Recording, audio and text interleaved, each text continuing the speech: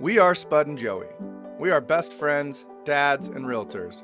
We also head up a running tribe here in Salt Lake City called Run with Mojo. On the weekends, we love exploring new trails and neighborhoods together. We aren't the fastest or the most skilled runners in the world. We're just two slightly out of shape dads that love a good trail run.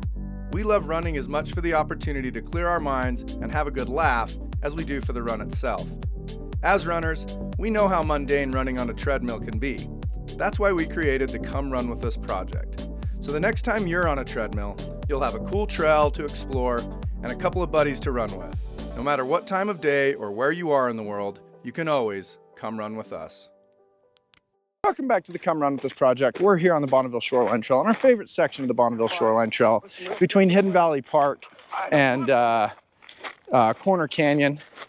We're doing a three-parter today. This is part 2 of 3.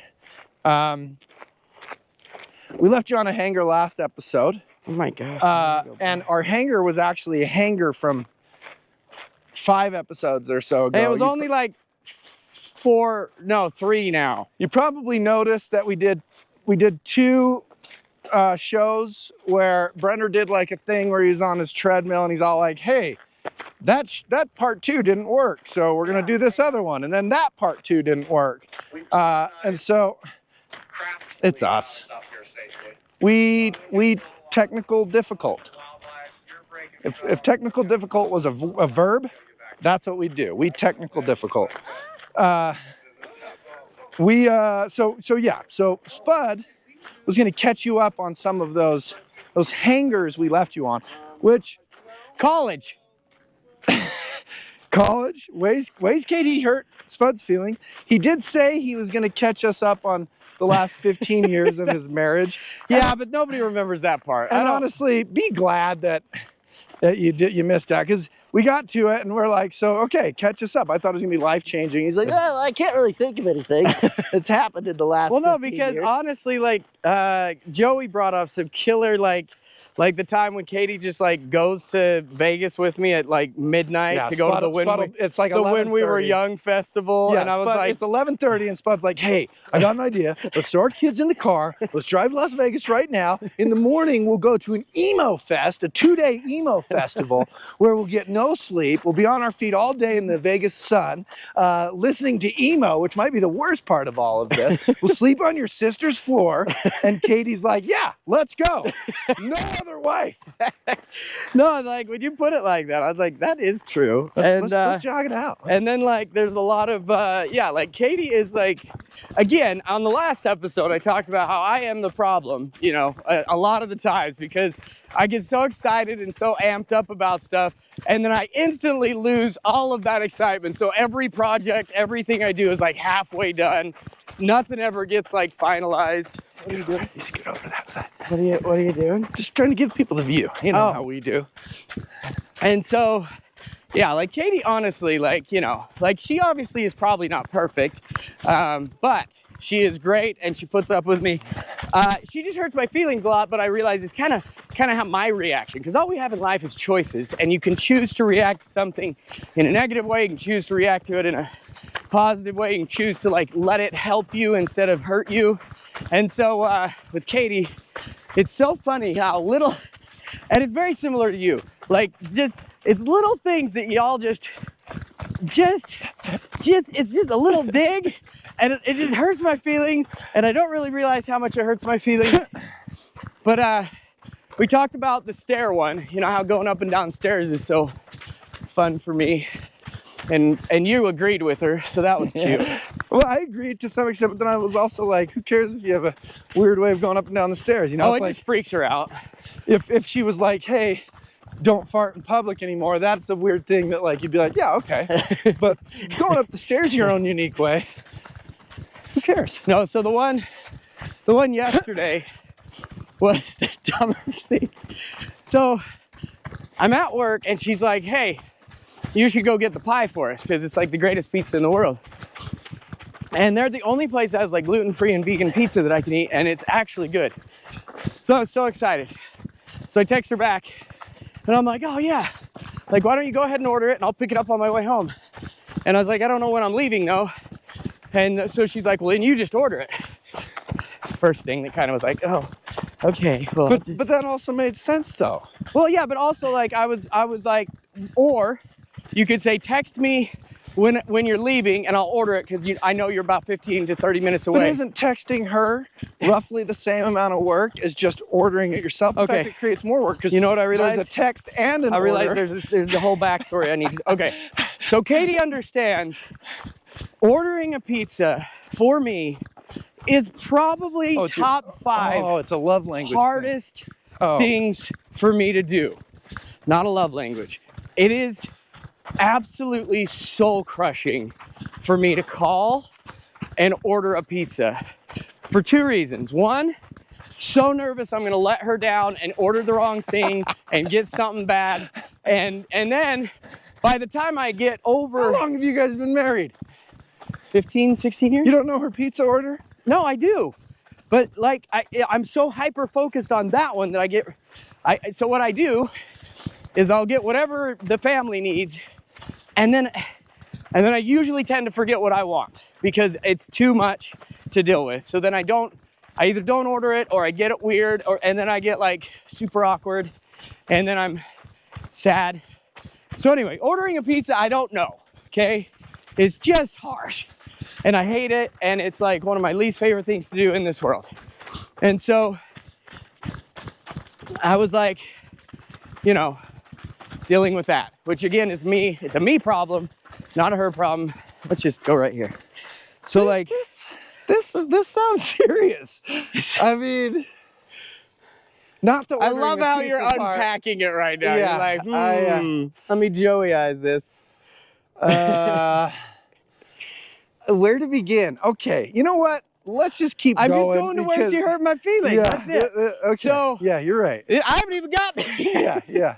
Okay. I mean, there was a little hurt from the text because I was like, okay, you kind of know, like I'm gonna have a hard time ordering this pizza right now.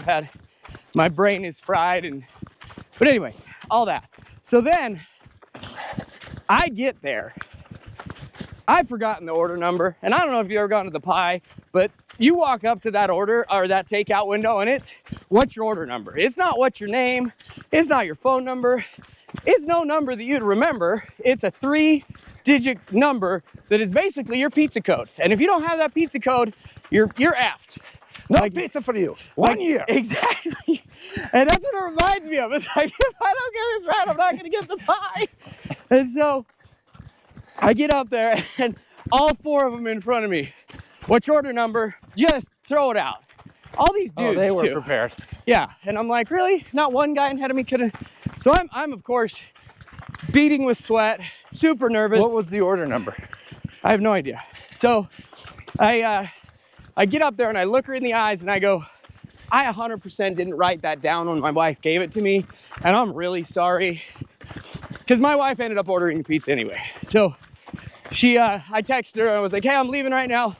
If you want to order it, here's my order. If not, send me your order and we'll get it going. And so, ooh, look at this fun little thing. So I give her the order number. Or I mean, I don't give her that, but I say, hey, it's under my name, blue, blue, blue. She's like, well, what's the last 4 digits of your phone number? I was like, oh no. You just run out. This woman is just really in depth right now. So I'm like, she's asking too much. Yeah, I'm like, how dare she? So I look her in the eyes and I'm like of the credit card, like you need the last 4 of the credit card we used. Let me call my wife. No, your phone number. I'm like, oh, let me call my wife. So I'm like, nice. And she's like, nope. I was like, 0. Yep. And then she looks again. She looks at me and she's like, and is it paid for? I'm like, well, duh. My wife handled this, took care of it. So she would never, ever not do that for me. Warning. Just us. Oh, man. Joey just got a chance. I did it. Just etiquette. Just cool the too. etiquette. He thought we were awesome. Just the etiquette. I mean, that was next level. So, of course, I'm like, she's paid for it because she knows I don't have the card. I don't have the means to pay for this without like having to like probably pull out my wallet and grab one, but like it's a big deal. And None so of this is a big deal. None of it. oh, I am not gonna lie. I am still having a hard time. Hey, time out real quick. Let's pay the bills. I promise we are capable of handling the largest transaction that you'll probably ever be a part of, which is a real estate transaction. I know that after listening to this episode, you might not think we're capable of it, but Don't worry, I don't actually work that much. Joey does all the work. But we are. We can handle it. Okay, please continue with this alarming story. At no point am I not siding with Katie on any of these. Oh no, she doesn't even know. I haven't even told her. Oh. Yeah. Okay. You rebel. So, morning. And so, yeah, the best part about it was, so I call her. And I'm like, hey, did you not pay for this pizza? And she's like, no, I didn't have my debit card on me. And I'm like, oh, well, There's another check. There's another strike. I am just really hurt right now, physically, mentally. I cannot believe you would she do didn't this. text you the last 4 digits of your number. Big problem. She wanted you to call it in right when you were leaving work because it made the most sense timing-wise. Strike 2. I hope that you just really let her have it when you got home. I mean, just like old-fashioned, drunk, like 1970s alcoholic husband, you know, that just gets home and really lets his wife have it. Oh no! I hope it was that level. I did the next for how hard she stepped out of line. I did the next best thing. I laid in bed on my phone and didn't talk to her and went to bed. And I made 2 passive-aggressive comments under my breath, which I'm pretty sure she might have heard one of them. Oh no, I waited till she was asleep and I said, nice job paying for the pizza. No, so I have to, you know, just pay for this pizza. I'm hurt. By this time, my feelings out the window.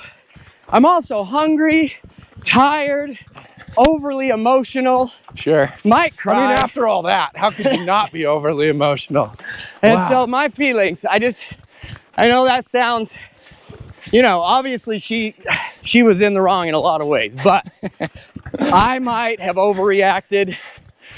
And no, I didn't actually ignore her on purpose, but I think when I woke up this morning and realized I didn't like say goodnight, I just went to bed. Ooh. I think passive aggressively, that was me being like, yeah, you obviously hurt my feelings. I mean, with the things you carry around, like one time not having your nephew come up for a sleepover and or, you know, waiting till Katie's asleep after you've gotten her some ice water and got her tucked in and put her eye mask on. and then went into the other room and said some things under your breath about her not paying for the pizza. You know, that's basically the same as a 1970s abusive alcoholic husband. You know, that's an emotional one. Oh yeah. Wow. Real quick. So we're gonna do 3 parts on this. I think I'm emotionally ready for part 3 to share with people Rattler.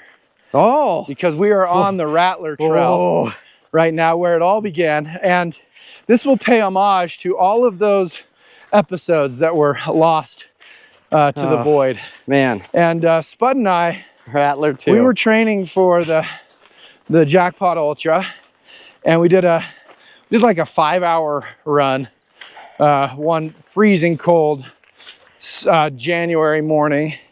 And it was so cold that all the equipment froze. And we talked about a movie idea. Just next level, really. It's, what is it? Is it early 90s or is it late 80s? Is it early 90s? I think early 90s, because that's right when like you knew who all these stars were. And Rattler 2 was the sequel to the 80s version, which was not as good. But everybody loved it because it was like one of the biggest action movies of the 80s. Yeah. But because it did so well blockbuster-wise, it got huge on the second one, and their budget went up. They got they added. Oh, they added some characters. Yep. Now, okay. So, if you go back and listen to the Dimple Dell from Hell. Dimple Dell was it from 2? Hell, we share the. You might have to listen to all of them because I don't remember. We share the voicemail where the idea for the Rattler action movie series popped into Spud's head. He's leaving me a voicemail, and we play it on air. And he has this idea for this movie.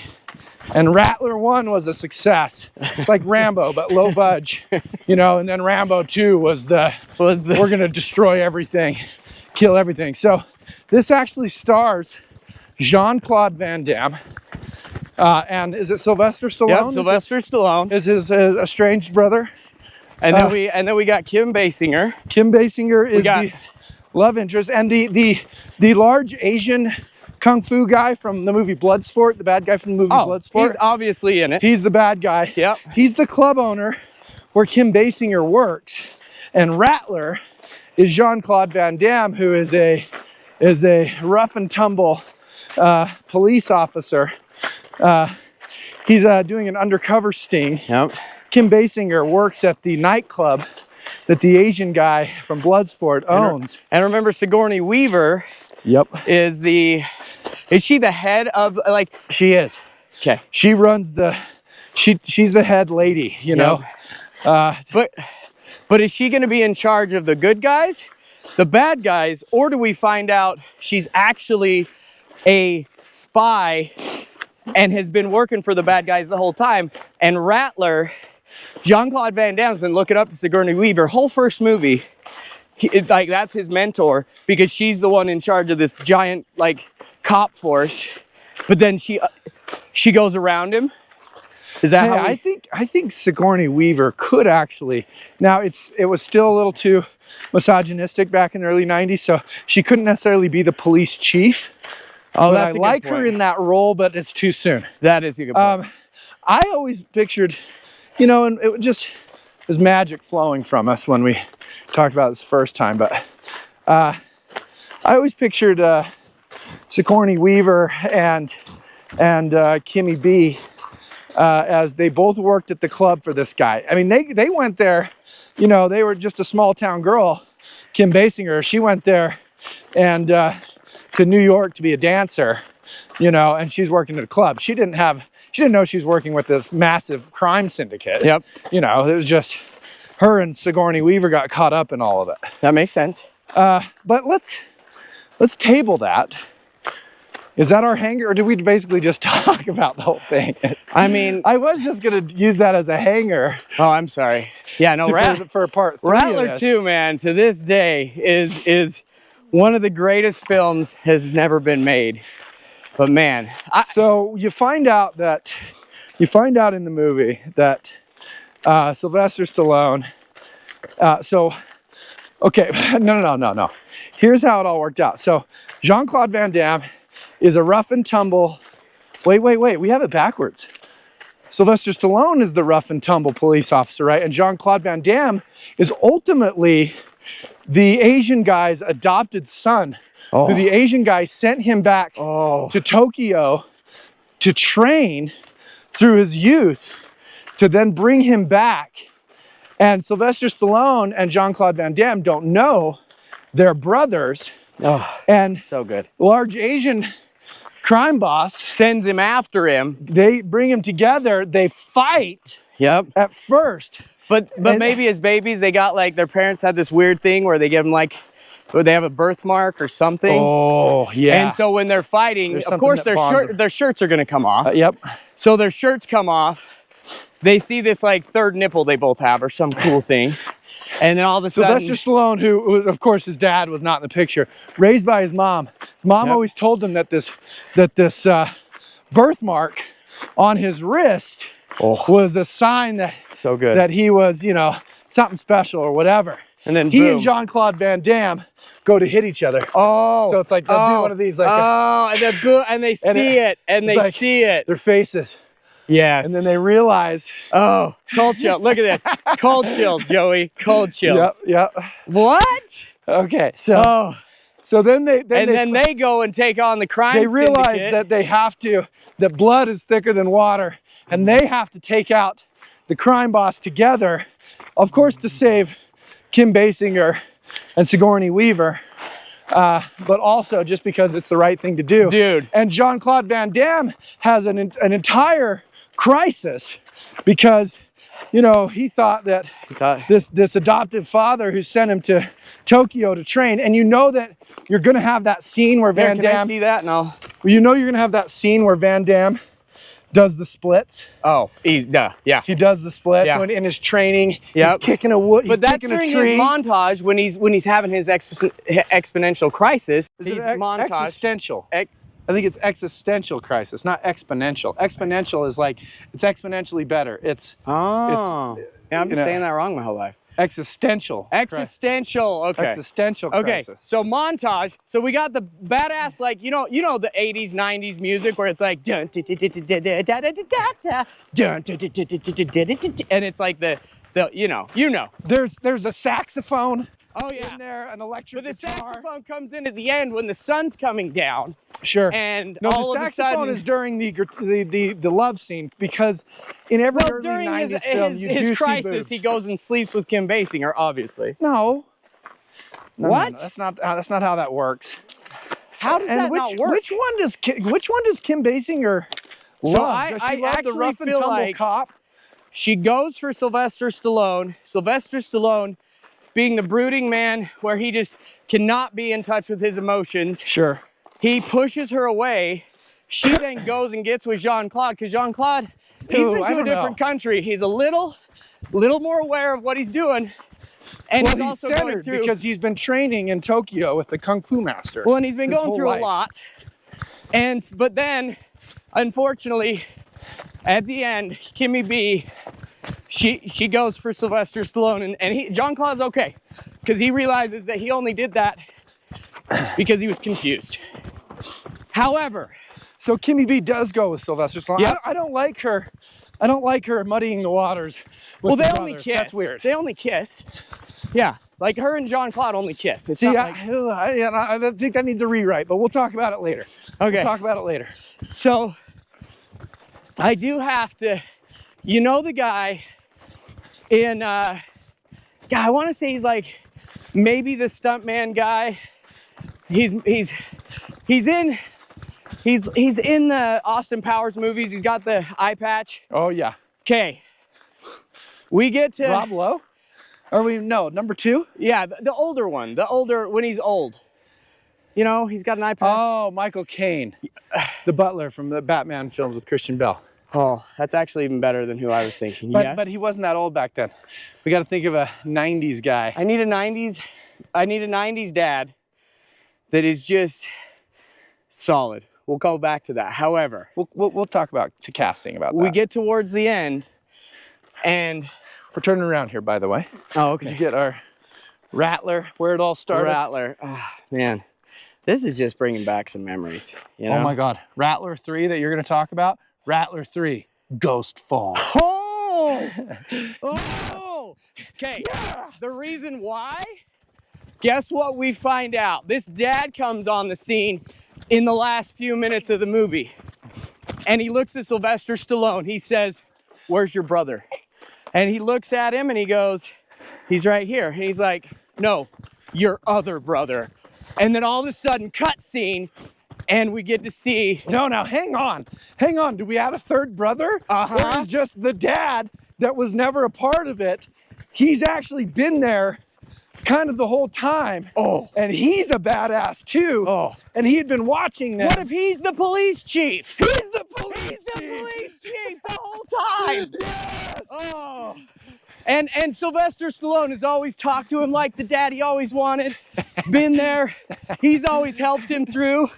And he's always been the guy to get Sylvester where he needed to go.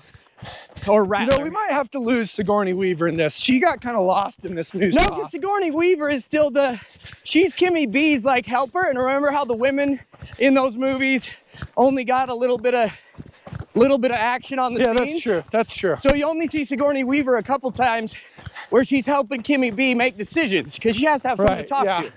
And there's a scene or two where she, you know, Kimmy B has a black eye or something from this crime boss. Yeah. And she's talking to Sigourney Weaver, which is like, you know, like the head of the girls at the club. Yep. Okay. All right. Yeah, I like it. Yeah, we keep her. But anyway, we get police chief coming in, and he's like, instead of where's your brother, because he's been watching these two going, because he's the police chief, he says, man, I got to talk to you guys about your brother. And we're like, what? And then cut scene, it's either we got like, I'm going with either Dolph Lundgren, we could go with, who else was? I regret this. Kurt Russell, maybe. We could do, water bottle. Hey, remember the first time we ran this? Water bottle down right here. It's like something with the, how I run right here. Yeah. Anyway, so I feel like we need another brother that can be talked about later. It feels like it's turning into the Expendables. Well, yeah, but Rattler 3, the crazy thing about Rattler 3 is you got to keep up on it. you got to keep up. See it, but I say we go like Steven Seagal. Oh, It's got to be Steven Seagal, dude, right? Steven Seagal. That'd be a good one. And What about maybe Chuck? like, What about Chuck Norris? oh, Chuck Norris.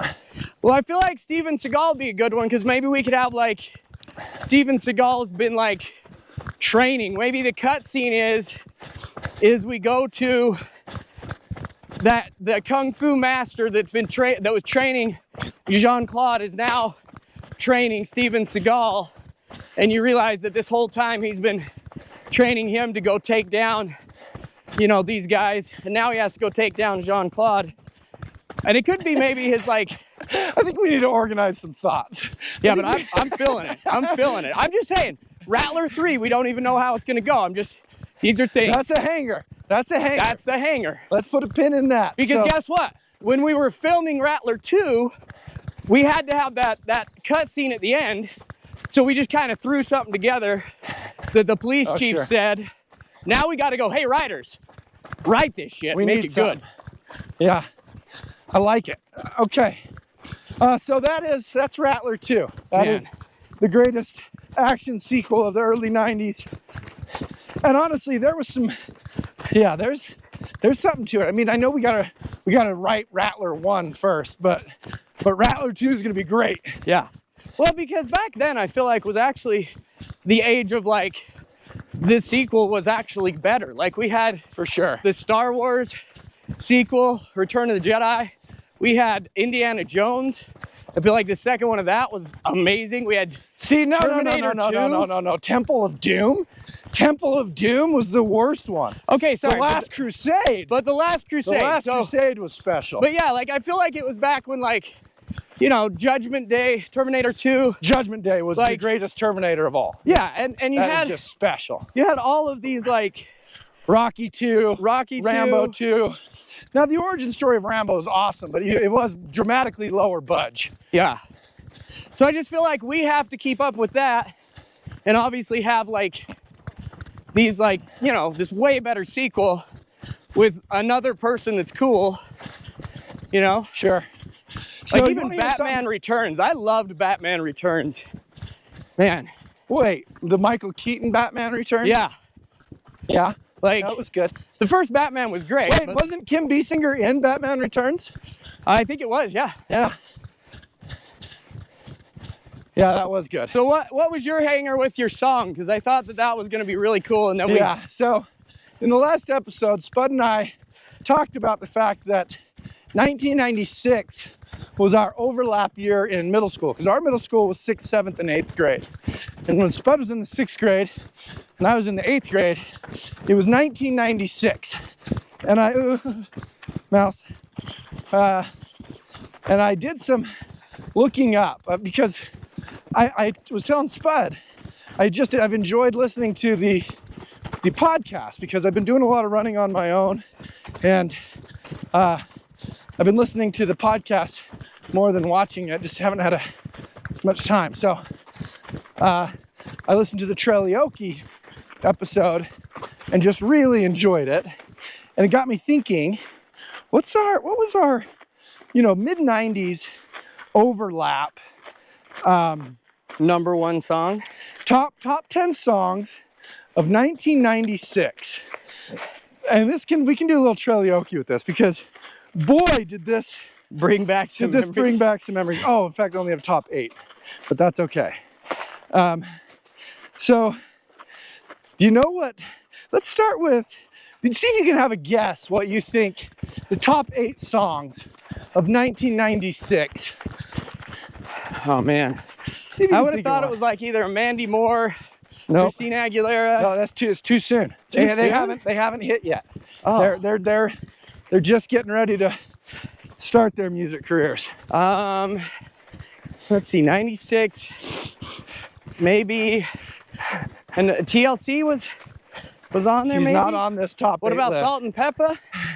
One of the top 5 has a big dance that goes with it. Was it Macarena? Macarena is number What? 2. Number 2. Wait, can I just hurry and bust that one out? You sure? Hey, Macarena, Macarena, Macarena. Nope, that's it. That's all I got. Hey, Macarena.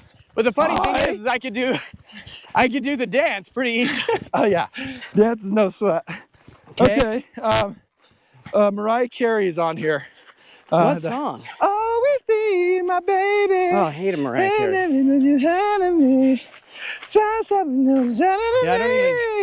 I don't even know anything except for her Christmas song. Okay. This is probably the longest lasting one that's been on there, and one that maybe I like the most on here. Not at the time. Number 1 I had completely forgotten about, but it definitely played a very big role in my 8th grade year, especially when it came to the ladies. So a big one on here is Give Me One Reason to Stay Here, and I'll turn right back around. Tracy Chapman, Give Me One Reason. Huh. That's number 6. I must Maybe not just have give me one listened. reason. I feel like I didn't listen to music because I just don't know any of this. Okay, what about Because You Love Me by Celine Dion? No. You were my strength. I mean, I remember when the was song, but- weak. You were my I voice think I when remember couldn't skating to speak. that. You were my heart when it was innocent. Okay, you ready for number 1? I'm pretty excited actually. For this one. It's not, I think it's a one-hit wonder. It's definitely a one-hit wonder. And nobody knows it but me. Oh, was it the country song? The Tony Rich Project. No. Remember he's on a bike in the music video the whole time? No. How good could I get? That's so funny. I'm doing a great job at re-singing it. I'm so And sorry. nobody knows. I feel like we need to go up to like senior year or something. Okay. One Sweet Day by Mariah Carey and Boyz II Men. You're Making Me High. Let It Flow by Tony Braxton. Huh. Okay.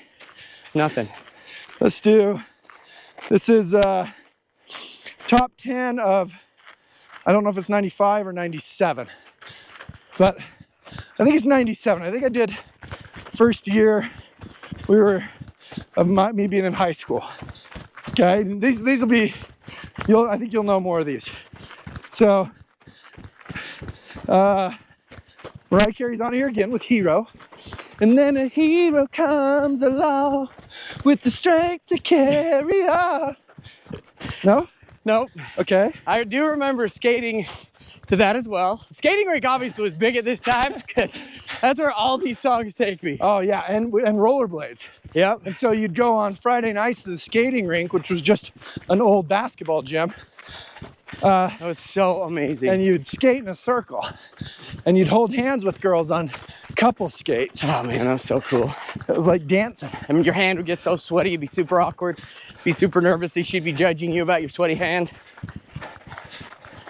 Okay, Breathe Again is on there by Tony Braxton. Breathe again, breathe again. Oh, I will never breathe again. Nothing?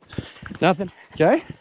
Don't Turn Around by Ace of Base. Oh! Number 5. Don't turn around. See my heart breaking. Don't turn away. I don't want you seeing me crying. Because remember, I saw the sign and it opened up my eyes. I saw the sign. Never gonna give you up. Well, that is That is the #1 song of the year. What? Sign. Yep. I love this sign. That reminds me of so much. I loved Ace of Base. Okay, here's one that was a real shot. You say I only hear what I want to. I don't take it up, and then I'm trying to do. I don't remember that. You don't know Lisa Loeb? And 9 Stories? That was #4. Stay. Like the melody when you sing it, it does bring something back, but I don't remember when. Okay, let's go to the top 3, because that was #4. And you're videoing, right? Yeah. Okay. Yeah. I just forgot if I had it or not. Okay, #3, The Power of Love, Celine Dion. How's that one go? The power of love. Sometimes I have fight, but I'm ready to die for the power of love. I've decided my hate for, because the other day I was talking to Katie and I did this weird thing where I was like, I just hate all of like that type of music, like Mariah Carey, Celine Dion. Hey, Celine Dion has some bangers, okay? Well, the Titanic song's next level. But like for some reason, I have a weird hatred, like Boyz II Men, like all of that, like R&B, Tony Braxton. And you are my man. Yeah, I don't know why. But maybe that's where it came from. Maybe it was that area in my life. Okay, since you already got #1, Ace of Base. The last one, #2 for the year was I Swear. Oh, by the moon and John Michael Montgomery. Nope. John Michael Montgomery. All for One. It was the R&B version of that. I know, but I loved that song. And I swear. I mean, not that one. By the power I'll be there. Dude, for better or that's worse. a banger. That is a banger. Morning. Morning. Dude, I love that. I love you with every inch of my part. Get it? Get it? Yeah. Talking about a wiener. I did not know that's what that said. Every inch of his part. That's gross. And I swear. How many minutes are we on that? Let me look. We are at 17 on this beast. How many did we get on the other one? Probably 15. Should we hurry in? I think this is a great spot to end it. I mean, I think we do a top 10. Can I just, every episode? I'll bring a top 10. I love from a given year. I love the sign. The fact that was the first. Oh, that makes me happy. You got it. Can I just hurry in something that I've always wanted to do in my entire life? Speaking of John Michael Montgomery. Am I hanging now? I blew some snot rockets back there. You got a little bit up in there, but like on that side, but not bad. We'll fix it before next episode. But can I hurry in? Can I just do the saddest song? I mean, not saddest song, but the saddest part that this song will never leave my brain. And it's, would you, ain't you gonna, if I ask you, would you wanna be my baby tonight? You remember that one? Oh yeah. Like, how is it?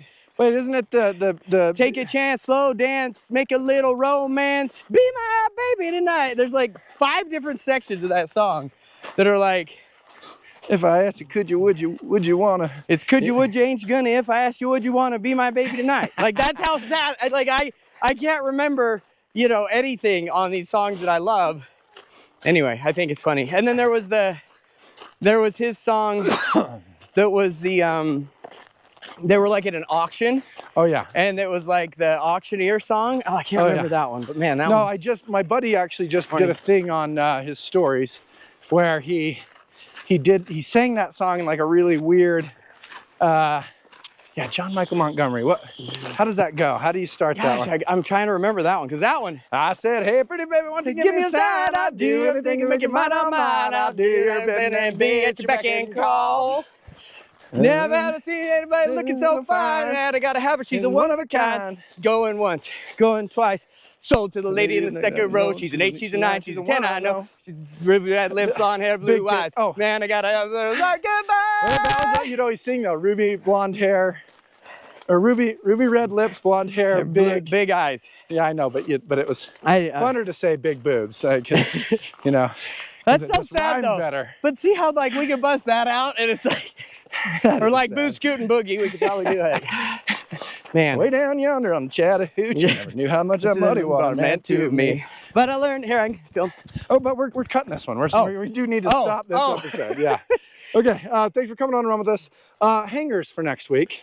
We still have to talk about didn't you have something else? Well, my things, I just got off of a week-long family reunion. A ton of stuff we could unpack there, but less interesting than the 4th of July. We're going to talk about it. We got the 4th. July is a big month for people from Nephi. You got the 4th of July that starts out the month through the next Spud's week. birthday next week. Next week's 7/11. Great day for birthday because I'll never forget it. It's my mom's birthday and it's where you get Slurpees.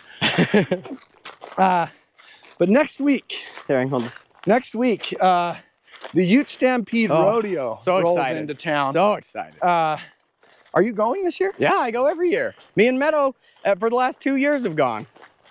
We go to the rodeo and I go every year for the last 2 years. Well, yeah, but that's our tradition. Like now, 100%. Like Lucy loves it. She wants to do it every year, so we are never missing a year. So I'm excited.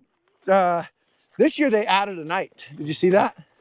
What? So usually it's Thursday, Friday, Saturday night. This year they're doing Wednesday night extreme bowls. What? It's just bowls. They added a night. Oh. It's a big deal. There's parades every day. The carnival comes to town. There's the fairground or the craft fair thingy where you go and there's booths.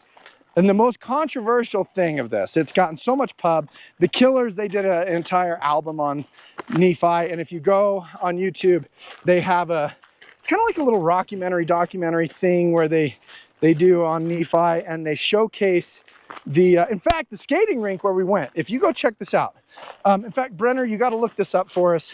The Killers on their most recent album, Pressure Machine. Just put Pressure Machine up here too. Put Pressure Machine up. Because it's all about Nephi, which is crazy. Yeah, and then they did like a documentary there. Yeah, a really cool documentary. And Brandon sings some songs. One of the songs he sings on this thing, I forgot he was in the old gym. Yeah, where we did the skating. Yeah, ring. he was in the skating ring. Yeah. I forgot about that. But then they also showcased our most controversial tradition in Juab County history, and that is the bathing beauty. I'm gonna go with that's not the most controversial, but it's a big deal for some reason. What's a more controversial tradition in Juab County? I don't know. I am on a page of like thinking that it's the dumbest thing in the world that anybody cares, but also I get that. But like, you put underage girls on top of a car. In a bikini, well, they don't allow bikinis. They stopped. Yeah, I was gonna say, whoa, they used to. They did. They put them in a bathing suit on top of a car. You drive them up Main Street. A local business sponsors the car. But again, this is something that sponsors the beauty. The parents are putting their children in, and the children are saying, okay. So like, I'm just like, I always thought it was the stupidest thing when I was there. And I thought it was like weird and awkward. It was great when I was a kid. But like now I'm a 42-year-old man. Yeah. I'm like, well, yeah, like so I always thought it was really weird and awkward like the whole time. But I'm also like the fact that like parents are doing it, it's like, okay. It's not like the old men of the town are like, I want this pretty girl on this car. It's your mom's going, hey honey, I did this and you're gonna do it too. Are you saying that it's all okay because everybody was on? No, I'm saying it's the parents that are just psychos. That's what's making it weird. Okay, so we're gonna talk about bathing beauty. We're gonna talk about Ute Stampede. Thanks for coming on and run with us. Oh yeah, we took that for a minute. We love y'all. Yeah. Thank y'all. Subscribe, like, mint. Do all the stuff, please. Please do all the stuff. I promise. Hey, did you ever tell anybody about this project? No, weird. I put a thing on my story on my personal Instagram and asked people, after it sat on your computer for a month. I spent 50 hours editing a backpacking. A 17-minute video. Yeah, where it's actually edited, unlike this one where you just put the whole damn thing on there. It was 50 hours worth of work. So yeah, I mean, I've told a few people. I've worked a little bit at it. I've lost my whole train of thought. And then we're signing out. We gotta go. Oh, that's what I was getting at. Please just like and subscribe so I don't have to continue to do stuff like that where I tell people about this and put myself in vulnerable situations. You guys make it big, and then we don't have to. That's what I'm trying to say. Boom. Okay, see you next time. Thanks for running with us. I'm excited for this cliffhanger.